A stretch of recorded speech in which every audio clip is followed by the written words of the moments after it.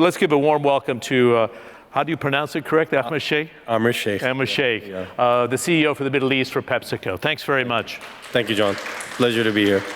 And I appreciate you being cognizant of the time constraints that we're under right now. The first thing I wanted to talk to you about in this relationship with nature, it's fascinating because in my family alone, we've gone through a reevaluation because of the energy crisis in Europe being based in London.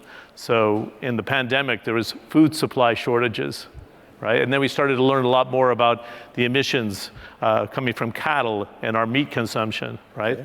How often do you need to drive the car? Can we reduce our consumption of electricity by 20%?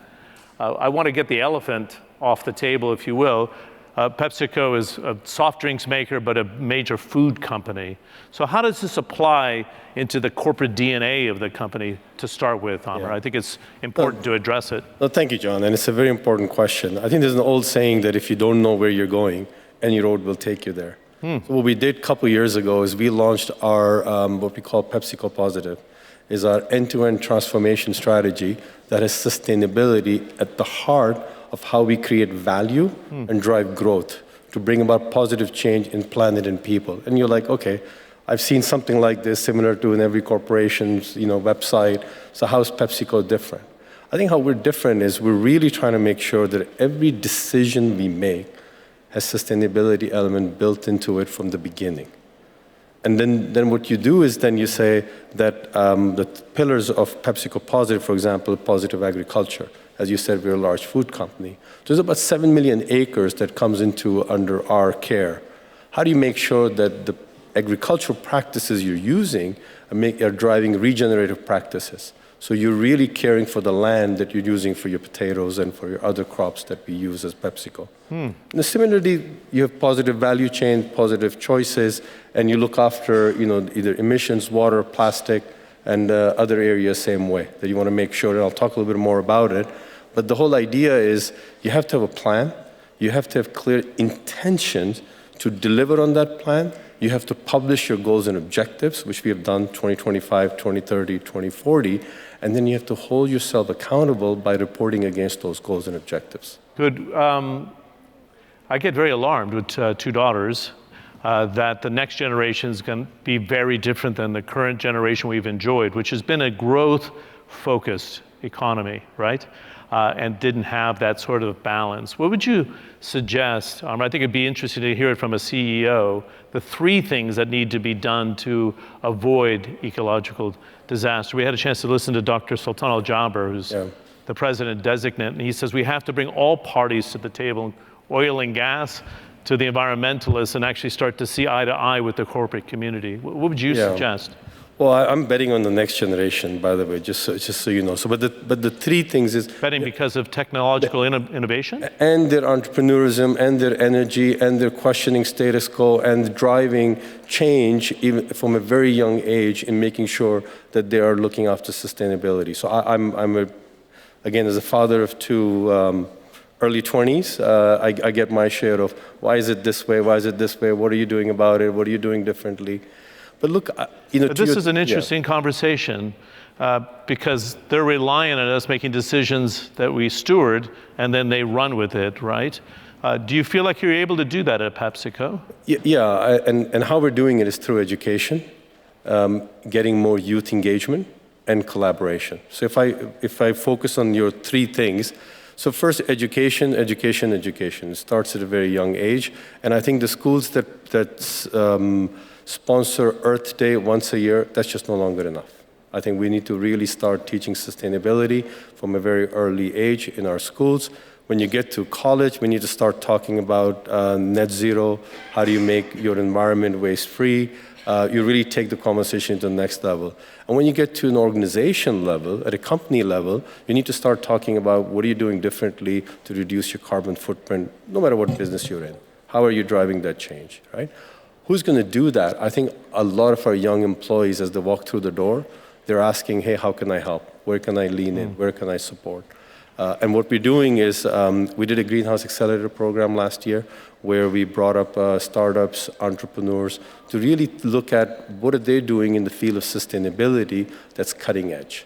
And how do we partner with them? And how do we make sure, and we actually had Ministry of Climate Change and Environment also partner with us on that to drive that agenda.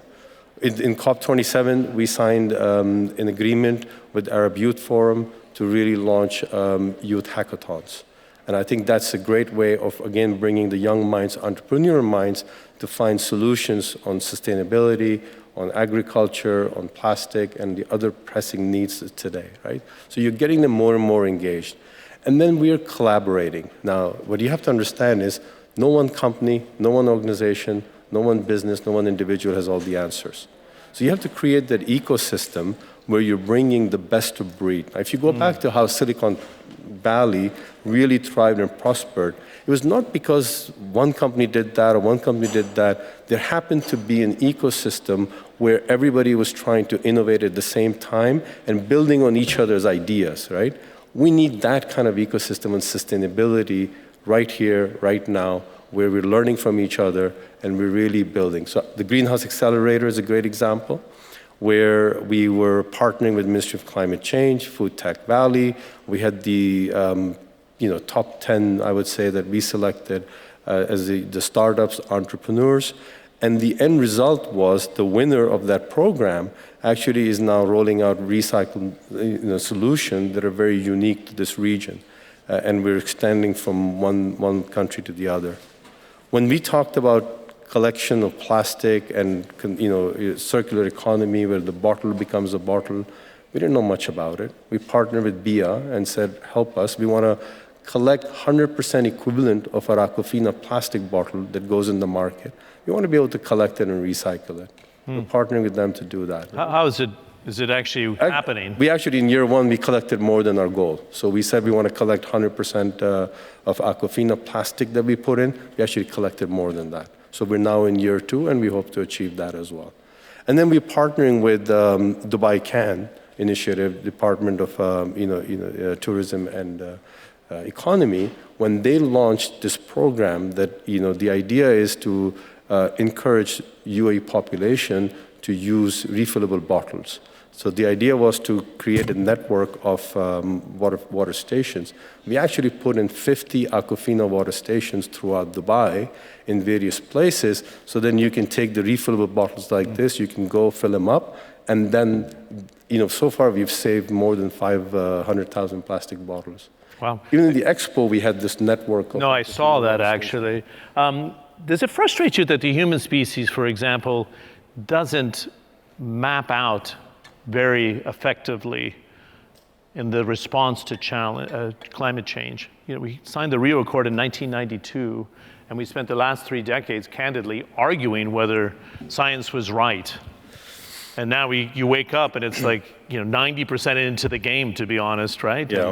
We throw out at 1.5 degrees centigrade by 2050, and by some measures we're at 1.1 and 1.2. So it's not reality. So you're a corporate citizen at a very high level. What is it that it takes almost calamity to get people to ignite, to establish the partnerships, to recognize what can be done? Because innovation's at our doorstep if there's a challenge, right? Yeah. Well, to be honest with you, John, a lot of things about human race frustrate me, but I won't go into that detail. No, but it's part of the sustainability environment. What I'll tell you is we want to drive the agenda, we want to take the lead, and we want to bring the like-minded partners with us to drive that.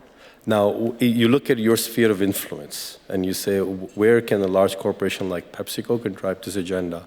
And whether you're sitting in Middle East, Latin America, Europe, South Asia, USA, we're having the exact same conversation about PepsiCo Positive. How do we drive it in that agenda, in our ecosystem, to be able to make meaningful change? And you want to make sure that you're working with the best minds and the best partners to help you drive that.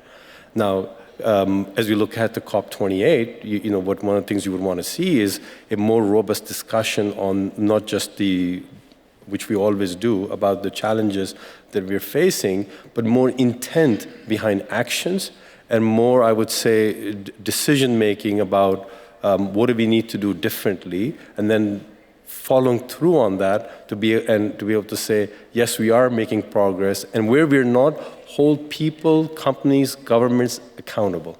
Right. That's what I believe is missing. Well, this is very interesting because they have the global stock take, right, where we measure where governments are today, what needs to be done, but they're voluntary. And you could say, well, PepsiCo can volunteer, but actually you have shareholders that say, I'm not putting money into your company unless you deliver results. Should we take the same sort of attitude to government, to the private citizens, to the corporations of the world? Because it has to be in unity, does it not? We're running out of time. The corporations are acting not just because the shareholders expect that, but their employees expect that. Our consumers expect that. Our customers expect that. I'll tell you, many, many years ago when I took on this role, what I found very interesting was that the first conversation we had with our customers or government was about sustainability. So it wasn't about how great brands you have or what can you do to drive traffic. It's all about, hey, what are you doing on sustainability? We'd love to learn more, and we'd love to partner with you. These are some of the big customers of the region. Now, ask the governments, who is the equivalent of that? It's their citizen, right? What are they doing to better their citizens' life? I mean, we've seen floods, we've seen drought, and we're seeing the huge toll it's taking on humanity. I mean, I'm originally from Pakistan, and we saw last year the floods. I mean, the area bigger than the size of England was underwater. Yeah. Now, if you think about the long-term consequences of that, what happens to the crop, what happens to the food system security, what happens to the people, their livelihood, their homes, whose homes were washed away. And then what's frustrating to see is that's not the first time it's happened. So who's really on point to learn from it and make sure that that never happens again? Surely it can't be the individual citizens. It has to be the government's responsibility. So before I go too far into the geopolitics, let me come back to the sustainability. You have to hold governments accountable, responsible, to be able to drive a certain agenda that helps better the lives of their citizens. Okay, final point, because we're tight on time for the hour. I'd love to get your thoughts on the opportunity of energy and sustainability. A lot of people think I'm sacrificing. It doesn't need to be a sacrifice if you innovate, right? So there's different strands in terms of dealing with climate, but what's the innovation potential for plastic, for example, or packaging? We were using so much plastic. Even this idea of using a plastic bag every time we went to the grocery store, we've pretty much changed that in 3 years, right? So what do you get excited about, Aamer, in terms of innovations and what you can do in the next 5 years? I'll tell you two stories, one on water and one on sort of electric vehicle that I've seen recently. So innovation is really the cornerstone. We have to innovate our way out of this crisis. How we're dealing with it in the last couple of years alone, we've launched water in a can. So giving people an alternative, not a plastic bottle, but actually a metal can, which is infinitely recyclable. And believe me, there are very few experiences now that we do for the very first time. But drinking water out of a can, you're expecting flavor, you're expecting texture, but you're just getting plain water. And so your mind plays tricks like, okay, what's missing from this? No, it's just water. I talked about Aquafina Water Station. We're talking about water in glass. We're actually giving every employee a refillable water bottle. And then we have Aquafina Water Station in our offices to say, you don't need plastic bottles. How do you create an ecosystem of office, industries, warehouse where they're doing the same? And I think it can be done, and it can be done relatively quickly in our lifetime. You just need the right intent.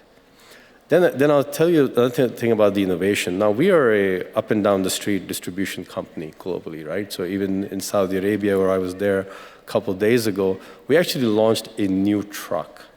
And so we created an ecosystem with some of the partners, Petromin, Electromin, NTSC, to say that, look, we all want to reduce carbon emissions. So we signed a contract with them to do a decarbonization roadmap for us for Saudi and Middle East. So as part of that, we're piloting the very first electric truck. Not the first electric truck for PepsiCo, the first electric truck for Saudi, and arguably for the Middle East. So we did an unveiling ceremony on Sunday in Riyadh, and the excitement on our employees' face was incredible. I mean, they wanted to go into the cockpit, they wanted to have the pictures taken with it, they wanted to test drive it, and it's just a truck. If you think about it, all you've done is said, okay, there's no fuel in it, it's electric, and you're going to do exactly the same thing with it. That's where innovation can really excite people and make things happen. Good. the next stage is making sure there's no coal in the power plant that gives you the energy, right? But that's moving very fast as well. I mean, we had a shock with Russia-Ukraine, but the response to it, I think it was also a wake-up call to drive diversity in terms of the value chain in energy, and then it feeds right into the companies as well. I really appreciate the conversation. Aamer Sheikh is the CEO of the MENA region for PepsiCo. Thanks a lot for your time. Thank you, John. Yeah? I really appreciate very it. Thank much. you. My pleasure.